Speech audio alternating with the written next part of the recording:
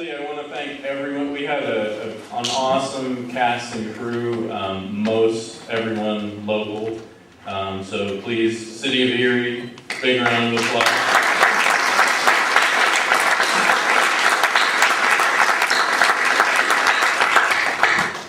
All right, we have some of our cast and crew here at the front. We have Matt King in the front row, who plays Oliver. Jennifer Hooker, who plays Raina. Fred Williams, who plays Fenris. Dorota, our director of photography, producer, editor. Mr. Andy Flatley, who came up with the story and the music and the props. And my name is John. And this is Ben.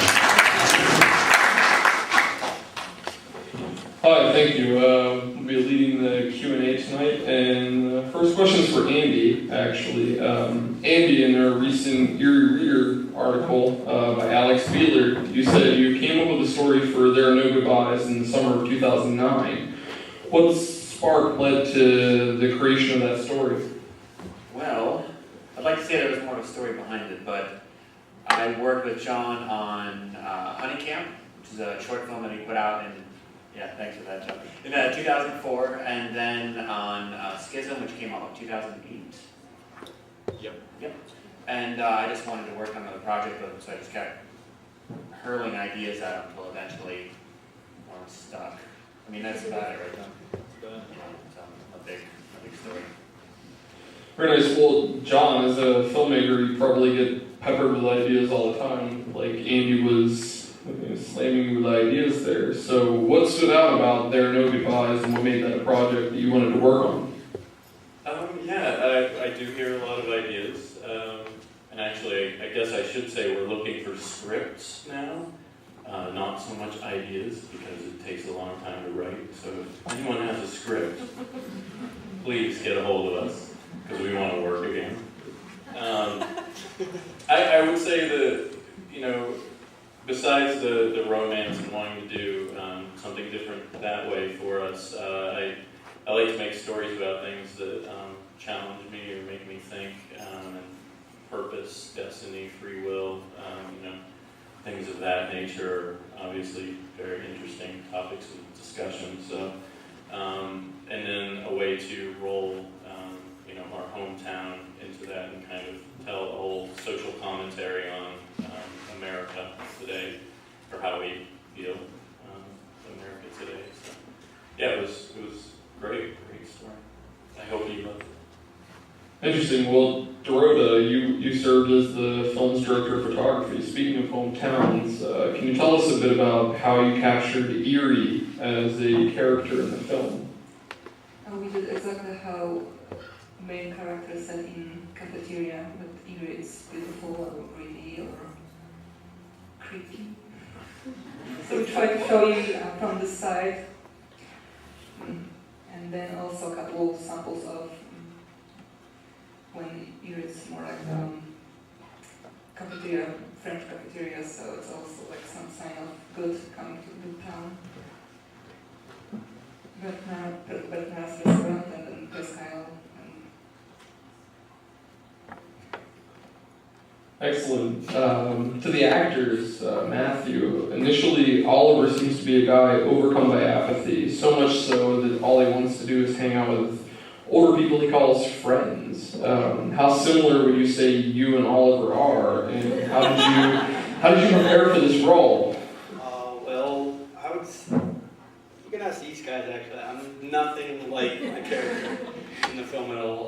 It was very interesting trying to play apathetic just all the time. So even after filming some days, I'd come home and I'd still be in that state of mind, and people would be like, "What's wrong with you?" And I'm just like, I just got to get out of this funk. And so, it's completely unlike my character in real life at all. So.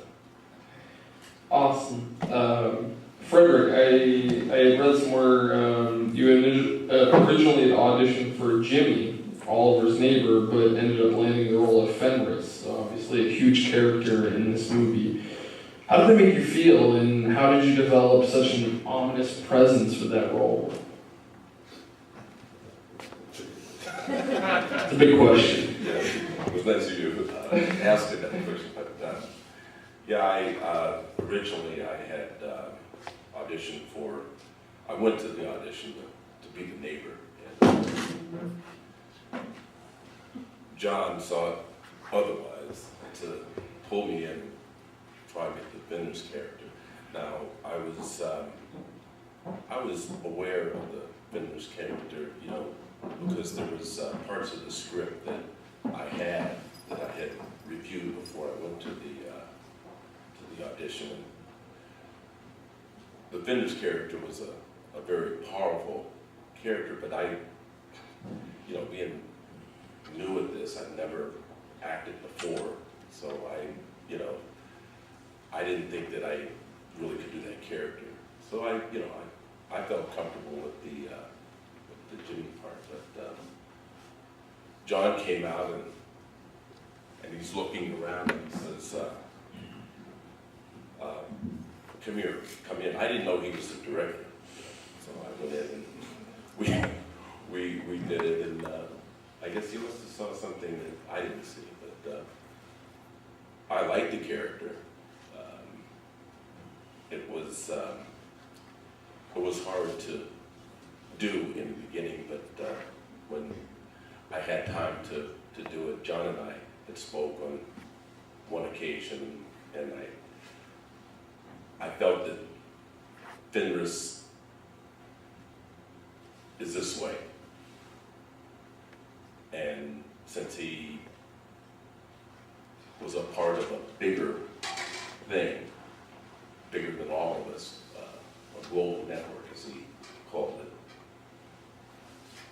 I felt that his presence was not so much domineering, but of a higher understanding. Very nice. Jennifer, so Raina, I mean, shifting from Fenris to Raina. Raina is such an interesting character in the equation of Oliver's transformation. Photographer, looking for the best angle and shot. She's not quite the catalyst here, but can you tell us a little bit about how she helps drive the plot and further the movie's theme, and how you work to deliver that on screen? I believe excuse me, I'm sorry. Kind of act as the bridge between Oliver and Fenris. Obviously, there are no scenes involving myself, my character, and Fenris's character. So I'm kind of like the elusive bridge, and I'm the tool that kind of just naturalizes and uproots Oliver's character into his natural upheaval from apathy, basically. I serve a purpose, and there's not a lot of drama involving my character. It's a lot of just kind of lightheartedness and enlightenment and whatnot, but I do serve a deeper purpose, I believe, my character. It was fun. I had a lot of fun with it. Nice. No dull moments. So, John, you worked to give this process a pretty organic feel, and you had otherwise, you were hiding the mics and allowing the characters to interact with the environment. How did this help you as a director to capture the film's vision and translate that to screen? With our last feature, Schism, the production went a lot different. We were very concerned about, setting up the lighting perfectly and the sound ahead of time and working out all the shots. This time, Dorota and I, like you said, wanted to make it very organic and feel like you were in the scene with the characters and in Matt's head as he's, going sleepwalking through life. Does that answer your question? I forget your question halfway through my rambling. Just the organic nature of the film, that it seems that it's a very breathable film, that you allow the actors a lot of room to grow and develop their characters, not a very scripted, by the books, pragmatic, this is A to B, but let's see where this takes us. If it felt like that, that's great. We did have a full script and we tried to keep it loose. And yeah, we went with the wireless mic so they could interact with the locations. And yeah, I mean, filming in the city of Erie, I would say was definitely a benefit for us because all the locations worked really well with us and were very welcoming. And we could just, bring in extras and kind of, take over a location for a day or two. And yeah, let these guys go on and do an awesome job. And we just sat back and captured it. Captured the whole notion of a guy running shirtless carrying a mattress down State Street, from what I hear. Okay, so Andy, should we hit on that first? yeah, I mean, if you want to comment on that, you can. Oh, okay. I was going to go the REO Speedwagon route, but if you want to comment on shirtless guy mattress first, you Well, can. that's in the Erie Reader article, so they can go back to the website and read that. When REO Speedwagon kept appearing, was that one of the... They wanted a cameo, what I heard. They were desperately trying to get into your film, and you guys locked them out of such... They were your paparazzi, REO Speedwagon. Okay. I think what happened was it was at the Sheridan. REO Speedwagon was playing that day at Liberty Park. Yeah. We were shooting. It was one of the final scenes in the movie, and when they escape, and we could probably recreate it. Yeah. Matt and Jennifer, do you want to stand get on the stage, and I'll be REO Speedwagon? Right here, right now. Please, reenact. Here, stand here. So I will be the entirety of REO Speedwagon. Okay. Now, John, I guess you pretend like you're shooting. Yeah, I'm filming, so This is You REO guys do Speedwagon.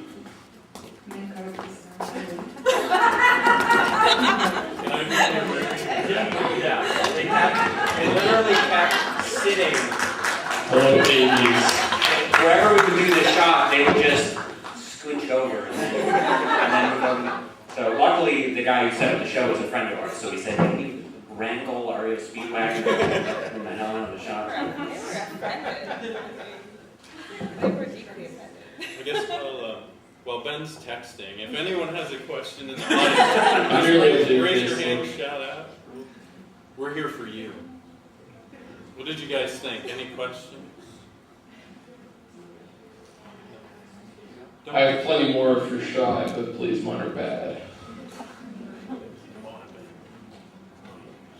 Stuff like, so what did you think about? They'll warm us. Well, I guess, something that was interesting to me was that this was, I saw this as a very original Erie film, and I took pride in being able to point to places and say, I was there, or I've been there, or, I swear that one of my friends lived in one of the houses that was shot in that. So it's a particular personal moment for me. So I guess director of photography, Dorota there, I would ask the question, what was your most compelling scene? What was your most compelling shot that you thought was indicative of Erie, that you captured that in one shot? Well, to be honest, I really like the scene when Oliver is leaving the restaurant, the diner, and after the big breakup point when he tells what he really thinks about his friends. But then he walks through kind of old and dirty part of town. We know how it looks like, and then he goes to the better part of town, and then when he finally realizes some things in his life, also in the background we can see beautiful new developments, and there's some hope. It's not only some kind of change in Oliver's soul, but also we can see it's also duplicating town, that there's a hope, there's development, there's progress, and I think that's kind of important for us as far as this Excellent. so far I can see. I see a hand up. I was just wondering, is everybody from Erie, all of you? Dorota's from Poland. But she's lived in Erie for 10 years. Yeah. 5/6 of this film is from Erie. Yeah, I would say even down to all of the music, which Andy might be able to tell, all very, very strong Erie connections. We had a call for entries for the Yeah, we did, with the DVD that's actually for sale on the lobby, it comes with the soundtrack CD. One of the things that I wanted to do is I opened it up to, as a competition to any local band or any connection with Erie at all in like in your past could send in, I believe it was 3 songs apiece. And then we did that for about 3 months, and then we went through and kind of called that and found our favorite things, and they ended up in the movie as well as on the CD that comes in it. So. Yeah, and a lot of the cast moved away. Jennifer isn't originally from here, for example. And Matt moved away for a while and went out west and came back. So a lot of,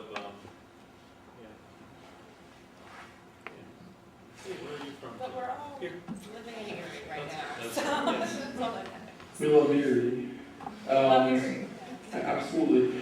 Well, I guess a personal question. I don't know how all of you feel, but Matthew, this would be to you, and this is one of those tell the truth kind of moments. Box appears on your doorstep with instructions that say to follow it, and suddenly you'll have enlightenment. What do you do? I myself probably wouldn't do that.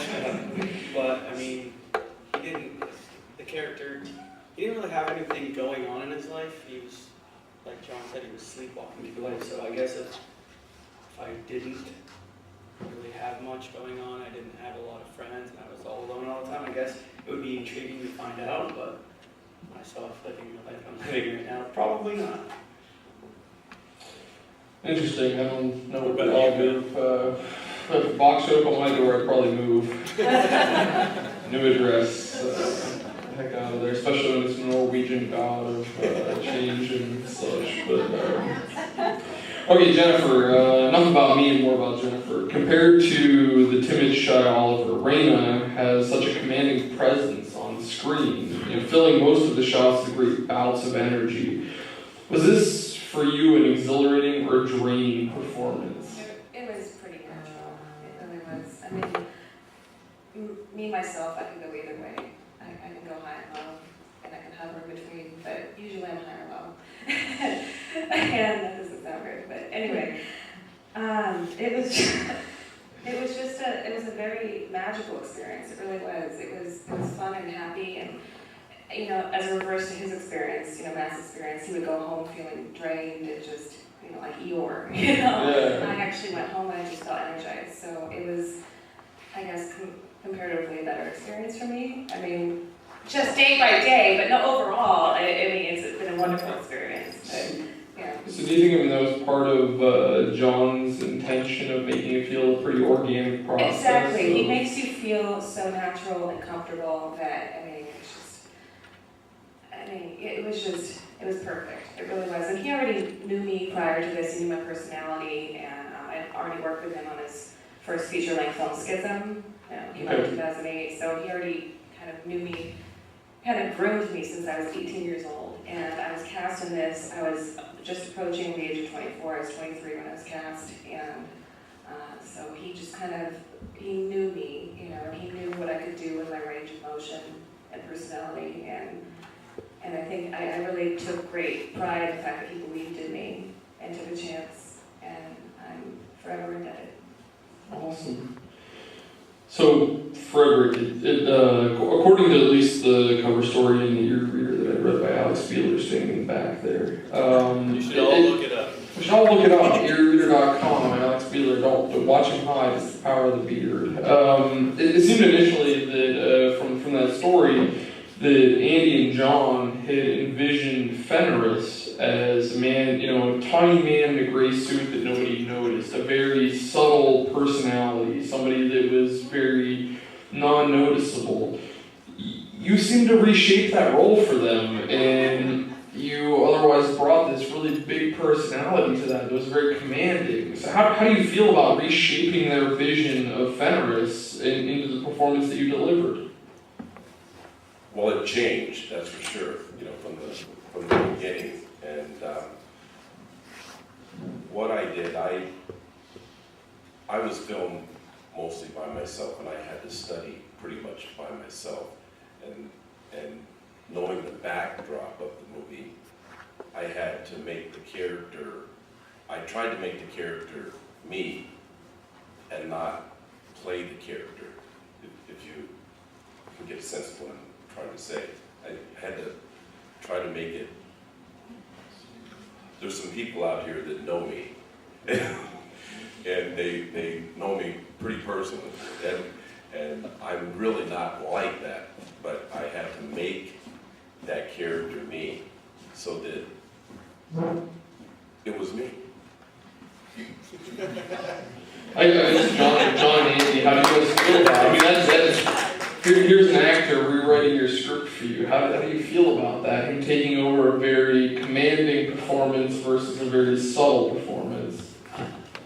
It goes back, I guess, to the nature of the organic kind of process, you know? And also it shows how casting changes things in terms of actually seeing people together reading the lines. When we did the auditions, we had 2 days, and we ended up seeing about 170 some people, I think. And most of the time, when the people would come in, you'd have a good understanding of either it worked or it didn't work. And the idea that we had for Fenris changed so drastically when Fred came in. So it wasn't so much that you rewrote it, it was just that we saw him and went, this is the perfect fit, like this is what he's supposed to be. Okay. So. And him and Matt worked really good together. Yes.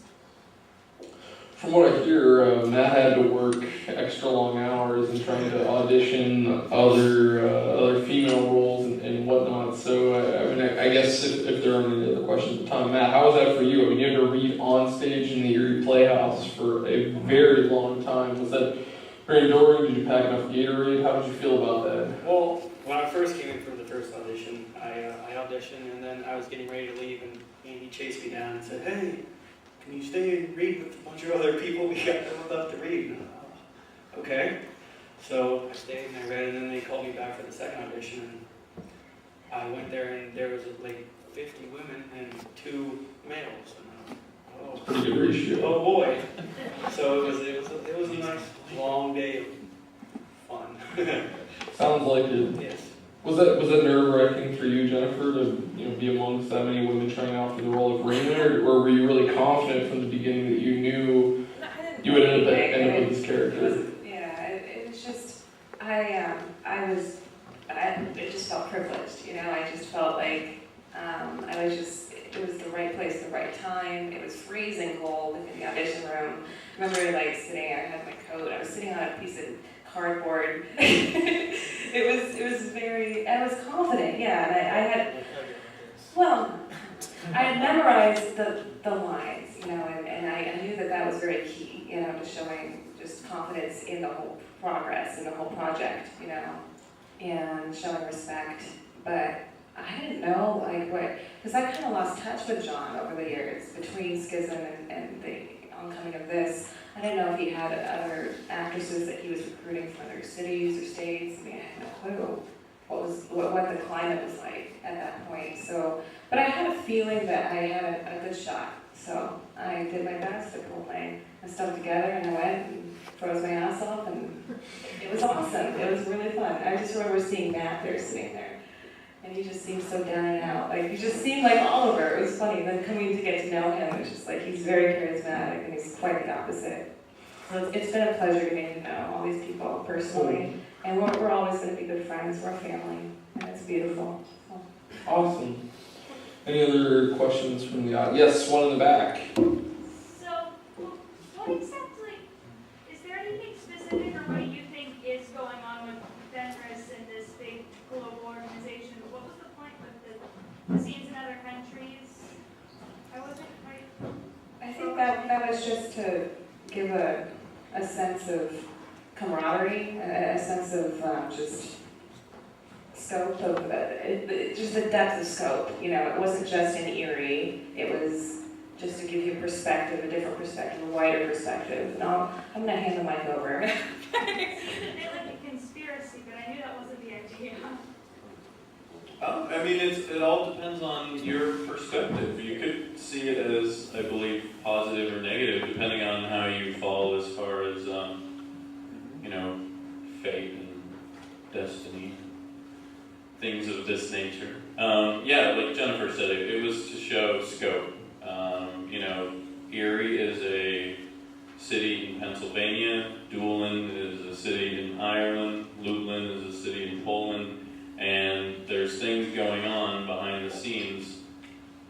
across the world, and we just showed you glimpses of this network that connected to these characters through Fenris. And as you saw in Prague, Fenris is even reporting to, you know, a higher up over him, and who knows how high it goes, but all connected. Fred, you want to say something? Well, don't forget that Fenris told Oliver that at the mall that he was a part of a global network, which kept the balance of humanity intact, calibrating, you know, tuning. It's like a ship on a turbulent sea.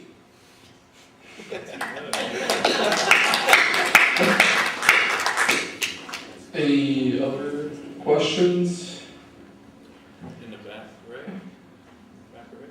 In the back right there, in the far back corner. I had a question about when Oliver met Fenris for the first time in the park. At first I didn't even pick it up, but why did they switch parks? For the effect of Fenris disappearing? Why did they switch what? Like it was in the east side of most of the scene was in the east side of the park. It was all in the east side. And right in the last part, or you just did a, okay, you did a, It was all in the You did in front of the close-up. fountain. I believe it's a fountain, but it wasn't running but then. one of the scenes looks like they're on the west side of the park walking. Then it looks like Fenris is walking away. Oh, okay. It was all on the same side. So it was just a close-up of Gannon, right? Optical illusion. Do you know what scene I'm talking, like? Yeah, I mean, that we were. side, The whole thing was on the east part. The whole thing? of the park. Where the Oliver Hazard Perry monument is, coincidentally.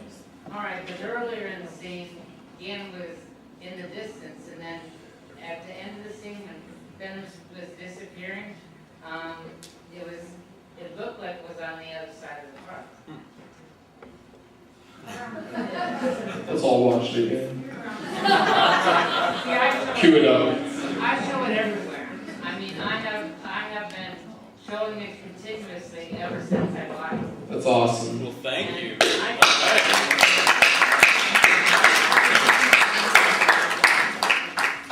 And I guess since that was a very good plug for the DVD, I will let you guys know For sale. on the DVD there is about a half hour of deleted scenes and 6 minutes of really funny outtakes. There you go. Which if John will let us stay long enough, maybe we'll play those. But, and then the full CD soundtrack. And it's a slightly longer cut of the movie than we showed tonight, so there's even more deleted scenes. Fantastic. A question up front. How has the film been viewed outside of just the Erie area? We've only, this is our 4th test screening. I'm sorry. This is our 4th test screening. Dorota and I continue to work on the movie. This cut that you saw, we just finished last night. We've shown it twice in Edinburgh in April. We showed it once in Croatia in May.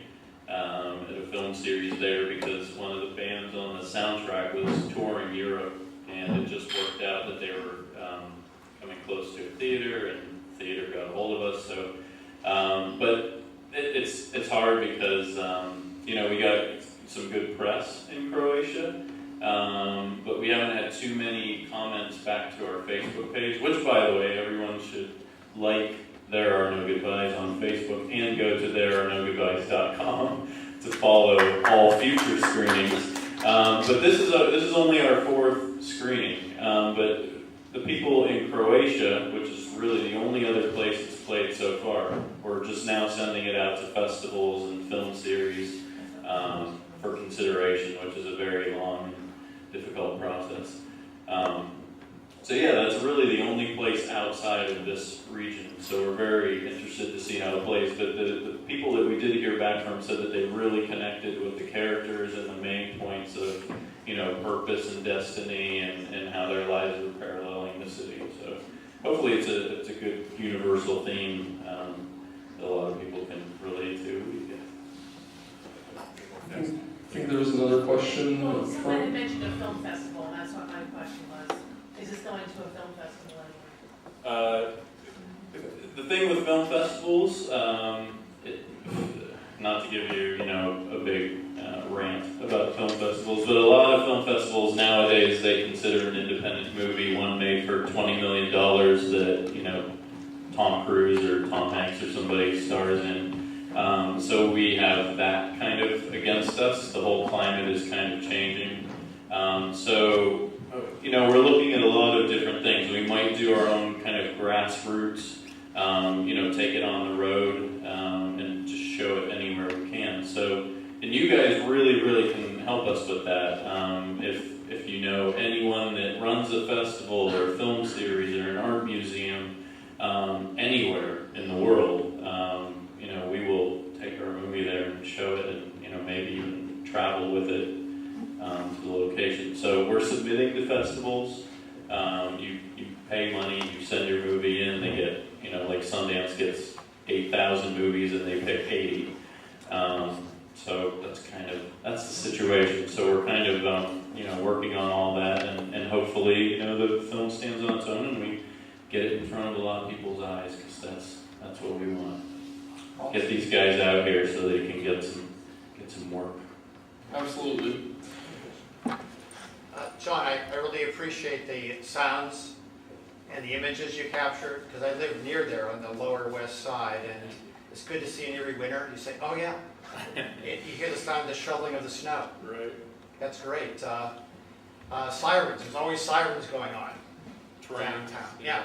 And I've heard the Niagara. I mean, you can just say, hey, I've heard that, and you can identify with it. So I really appreciate that. Thank you. Yeah, we were actually very thankful after this past winter because we had to do some reshoots with Matt, and we were waiting for it to snow. We're like, what is going on this year? If we would have, because we always wanted to start off with a really harsh Erie winter, and then as he fell in love and showed. You had the nice spring, you had the summer. bluebirds. the Blue Jays. Yeah, exactly. So, yeah, I'm glad that we filmed it last winter and not this winter, because it wouldn't have worked out. Okay. All right. I got one for John. It's too bad it didn't work out this time. Are you going to be able to get REO Speedwagon in the next movie? I think they're up for anything. I was thinking that. Yeah, they really want into it. We just, it would have made no sense. I mean, it's the end of the movie, these guys are running away in the hotel, and then REO Speedway. The moment is ruined.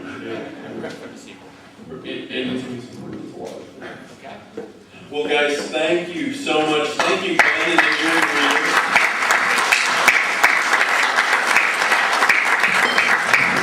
Thank you, Icing on the Lake, for the delicious goodies. Help yourselves to them out in the lobby. Thank you, John Banco and the Erie Art Museum. Remember, this is the first movie in a weekly film series every Wednesday night. Donation only. Please come out, support the arts, and come hang out with us. We'll be out front at the table if you want to meet any of the cast. Pick up a couple DVDs. Thank you, guys. Spread the word.